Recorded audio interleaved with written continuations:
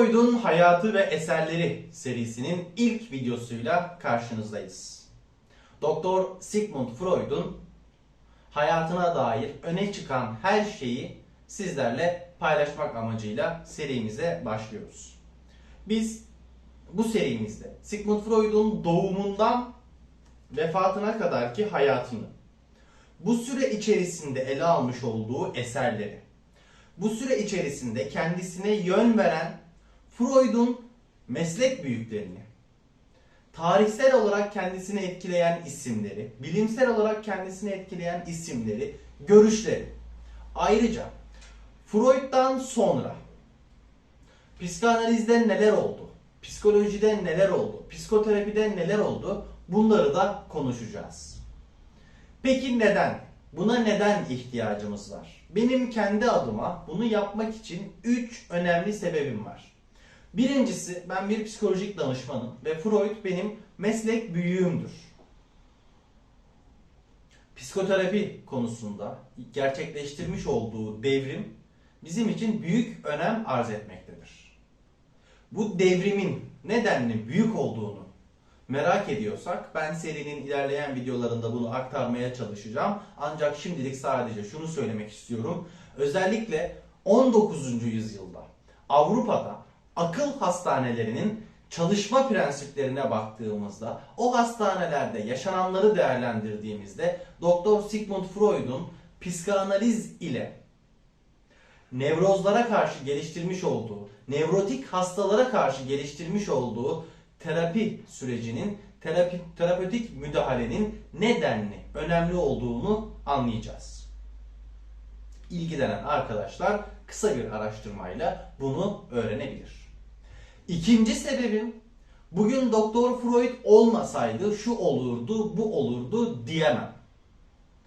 Hani o olmasaydı ne olurdu, bu olmasaydı ne olurdu, o tartışmanın içerisine giremem. Ancak Sigmund Freud bize nevrozları, düşlerin yorumunu, katarsisi, serbest çağrışımı, histeriyi, hipnozu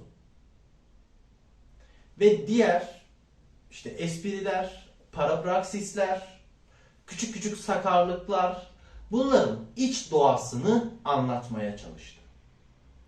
Bu noktada önemli bir isim olarak kendisini değerlendirebiliyoruz. Üçüncü açıdan Freud neden önemli? Tarafsız konuşmaya çalışacağım. Ben bir Freud hayranı mıyım? Evet, Freud'un çok sevdiğim, çok hayran olduğum özellikleri var. Ama kendinde olmasını istemediğim özellikleri de var. Ama mesele burada ben ya da Freud değil. Mesele burada şu. Bugün dünyanın gelmiş geçmiş en önemli 100 kişisi listesinde Freud mutlaka kendisine yer bulur. Mesela modern psikolojinin kurucusu kabul edilen Alman bilim insanımız Wilhelm Wundt bu listelerin çoğunda yer almaz. Bunu bir kıyaslama olarak söylemiyorum. Wundt da çok önemli bir isimdir. Hatta onun hakkında da videolar koyarız. Ama Freud bir ilki başardı. Biraz önce söylemiş olduğum alanlarda bir ilki başardı. Ayrıca hadi bunu da geçtim. Dünyada ilk başaran tek kişi Freud değildi. Freud'un şöyle bir bence ince bir detayı var. 19. yüzyıl, daha çok 20. yüzyıl ve 21. yüzyılın ilk çeyreğindeyiz. Bu 125 yaklaşık 100 yıllık süre zarfı içerisinde yazılan psikoloji olur, felsefe olur, fizik olur, kimya olur, astronomi olur. Aklımıza gelen tüm bilim dallarına baktığımızda Freud kadar atıf yapılan kim vardır? Darwin diyebiliriz. Freud kadar, yani Darwin biyologlar. Ama Freud'u edebiyatta da görüyoruz. Sanatta da görüyoruz. Müzikte zorlarsak müzikte de görebiliriz belki. Öncesine gidelim. Galile'ye bakalım mesela. Çok büyük bir isimdir. Ama hemen her yerde karşımıza çıkmaz. Einstein'a bakalım. gelmiş geçmiş en zeki bilim insanı olduğu söylenir. Ki ben bilim insanı mıdır değil midir emin değilim ama Da Vinci'nin çok farklı bir yerde olduğunu savunan bir insan olarak. Einstein'a da çok fazla atıf göremeyiz. Atıf yapılmaması değersiz olduğu anlamına gelmez. Ama görüşlerinin evrensele hitap etmesi açısından. Neticede hepimiz her gün fizik üzerine düşünmüyoruz. Kimya üzerine düşünmüyoruz. Neticede hepimiz her gün evrim üzerine düşünmüyoruz. Yörüngeler, astronomi üzerine düşünmüyoruz ama insan olduğumuz için kendi psikolojimiz, çevremizdekilerin psikolojisi, kitlesel psikoloji alanında düşünüyoruz. Ve bu düşünme süreçlerimizde ister istemez Freudian bir etki oluyor. Ben bunu anlatmaya çalışıyorum sadece. Böylesine farkında olmadan bizi etki altına almış bir görüşün, kişisel olarak bakmıyorum, bir görüşün ilk taşını atan Doktor Freud'un önemli olduğuna inanıyorum. O yüzden de onun hayatına dair her şeyi, sadece işime gelenleri değil, sadece etkileşim alacağını düşündüğüm hususları değil, hemen her şeyi ifade etmeye çalışacağım. Temel referans kaynağımız tabii ki Ernest Jones'un Freud Hayatı ve Eserleri kitabı olacak ki serinin de ismi doğrudan bu. Hatta Freudistan yapmayı düşündüm. Sonra vazgeçtim. Freud Hayatı ve Eserleri daha iyi olacak diye söyleyebiliriz. Sadece Freud için yazılan onlarca kitap var. Onun bir nevi biyografisi, bir nevi eleştirisi bakımından. Onları da tek tek anlatacağız. Ama bir de bazı kitaplarda 3 sayfa, 8 sayfa, 20 sayfa değinilen Freud anlatıları oluyor. Onları da alacağız. Kıyıda köşede kalmış Freud'la ilgili kritik bilgileri, belgeleri de paylaşmaya çalışacağız. Bugün ilk videomuzda 6 Mayıs şerefine Freud'un doğumundan sonrasını değil, doğumundan öncesini, yani kök ailesinin nerelerden geçtiğini anlatmaya çalışacağız. Dilerseniz şöyle bir bakalım Freud'un soy ağacına. 1675-1735 yıllarına kadar kökünü götürebiliyoruz. İsteyen daha da geriye gidebilir ama bizim için çok büyük önem arz etmiyor. Ben buradan aldım. 5. kuşak diyebilirim. Joseph Freud'la devam ediyor. Ephraim Freud'la devam ediyor. Shlomo Freud'la devam ediyor. Shlomo Freud'un vefat ettiği tarih 1856. Doktor Freud'un doğduğu yıl olacak. Shlomo Freud Şubat ayında vefat ediyordu. Sigmund Freud Mayıs ayında doğacak. Bunların hepsini konuşacağız uzun uzun. Bir de Jakob Freud. Sigmund Freud'un babası. Babasının doğum tarihi değil de ölüm tarihi psikanaliz için son derece önemli olacak. Freud'un otoanalizinin başladığı döneme denk gelmesi açısından. Anne tarafına baktığımızda Joshua, Hermann, Johann Jakob ve Amalia Nathanson şeklinde bir aile silsilesi görüyoruz. Annesi 95 sene yaşamış bir kadın. Babası 80-81 sene kadar yaşamıştı. 1815-1896 tabi 81 sene kadar yaşamıştı Jakob Freud. Aile genel olarak bu şekilde. Peki Sigmund Freud Viyanalı mı? En çok yanlış bilinen durumdur bu. Sigmund Freud Viyana'da doğmadı. O yüzden Viyanalı diyemeyiz. Sigmund Freud Viyana'da ölmedi de. Londra'da öldü 1939'da. Sigmund Freud Viyana'da sadece yaşadı. Ailesi Viyana'ya göç etmişti. Freud 3 yaşlarındayken, ki bir sonraki videomuzun konusu o olacak.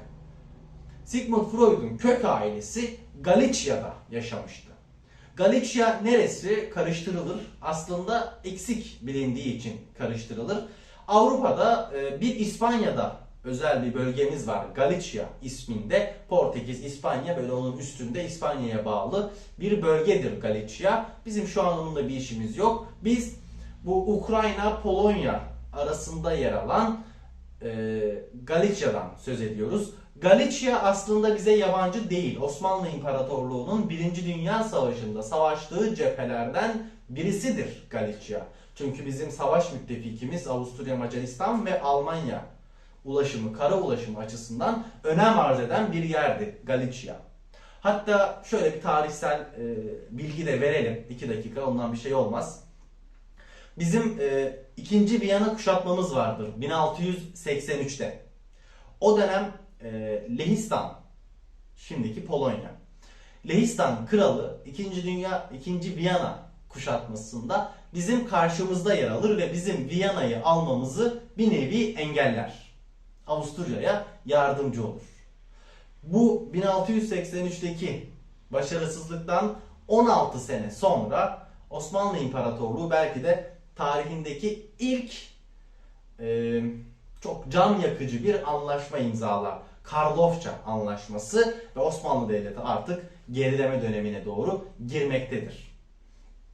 Eğer o 2. Viyana kuşatmasında Lehistan Osmanlı Devleti'nin yanında olsaydı ya da savaşa hiç müdahil bulunmasaydı bugün belki de Avrupa'nın siyasi ve askeri tarihi bambaşka olacaktı.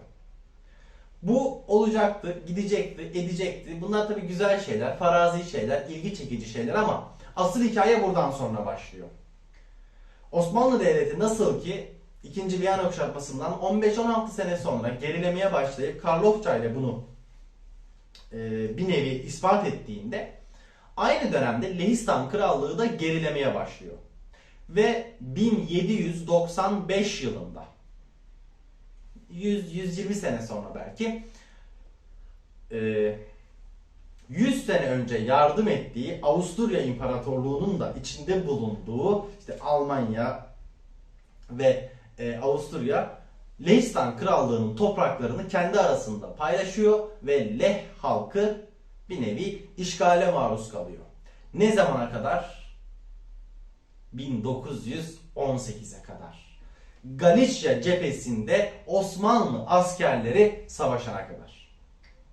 Biz Osmanlı Devleti olarak söylüyorum. Osmanlı İmparatorluğu Polonya'nın işgal edilmesini hiçbir zaman istememişti.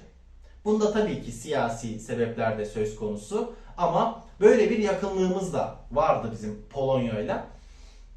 Sonrasında 11 Kasım 1918'de Polonya ulusal bağımsızlığını kazandığında Polonyalı bir kahinin şöyle bir cümle kurduğu söylenir. Türk askeri Vistula'da atlarını sularsa Polonya bağımsızlığına kavuşur. Vistula bizim Kızılırmak gibi, Yeşilırmak gibi bölgenin en büyük akarsusu. Akarsuyu. Ve gerçekten Türkler hem atlarını Vistula nehrinde sulamış hem de Polonya'nın 1918'de yeniden bağımsızlığına kavuşmasında kendi canlarını vererek şehit olarak katkı sağlamıştır. Bugün Krakow'da Türk Müslüman mezar taşları bulunmaktadır. Böyle de tarihsel bir farklılık, önemli bir detay olarak karşımıza çıkıyor. Ben kendi karşıma çıktığında bunu paylaşmak istedim. Freud'un ailesine geldiğimizde o bölgede yani işte o Galicia'da, Doğu Avrupa'da, Almanya'da yaşayan o Yahudiler Aşkenaz Yahudileri. Aşkenaz kelimesi İbranice'de Almanya, Almanca, Alman anlamlarına gelen bir kelime. Aşkenaz kelimesi. Mesela İspanya'daki Yahudiler Seferat olarak bilinir ki o Seferatlar da zulme uğradıklarında o dönem Osmanlı Devleti'ne sığınmışlardı. Beyazıt Akman'ın çok güzel bir kitabı var. Son Seferat isimli. Tam onu da tavsiye ederim. Bu Aşkenazların günlük konuşma dilleri Yidiş dili olarak karşımıza çıkıyor. Bu Yidiş dili İbranice ile Almanca arası karışımı bir dil. Bugün Orta Doğu'daki İsrail topluluğunun günlük konuşma dilinin Yidiş dili olduğunu hatırladığımızda taşlar yerine oturuyor. Çünkü Orta Doğu'daki Yahudiler 2. Dünya Savaşı sonrası kitlesel olarak öncesi ve sonrasında da münferit olarak Orta Doğu'ya nereden gelmişlerdi? Ekserisi Almanya, Doğu Avrupa kısmından gelmişlerdi. Orada konuştukları dil bugün halen daha Orta Doğu'da, İsrail topluluğunda konuşulmakta. Mesela Seferatların konuşma dili biraz Ladino olarak ifade edilir. O da İbranice ile İspanyolca karışımı bir dildir. Harici söylememiz gereken başka bir şey şu an için aklıma gelmiyor. Notlara baktım. Notlardan da tamamladığımı gördüm. Süreyi de çok uzun tutmamak adına bu videoyu burada tamamlıyoruz. Sigmund Freud'un neden anlatılması gerektiğini paylaştık. Sigmund Freud'un köklerinin nereden geldiğini paylaştık. Bunların hepsinin detaylarına sırası geldiğinde uzun uzun ineceğiz. Şimdilik videomuzdan bu kadar. Bir sonraki videomuzda Sigmund Freud'un doğumu ile ilk 3 senesini sizlerle paylaşmaya, anlatmaya çalışacağız. Dinlediğiniz için teşekkür ederiz. Hoşça kalın, görüşmek üzere.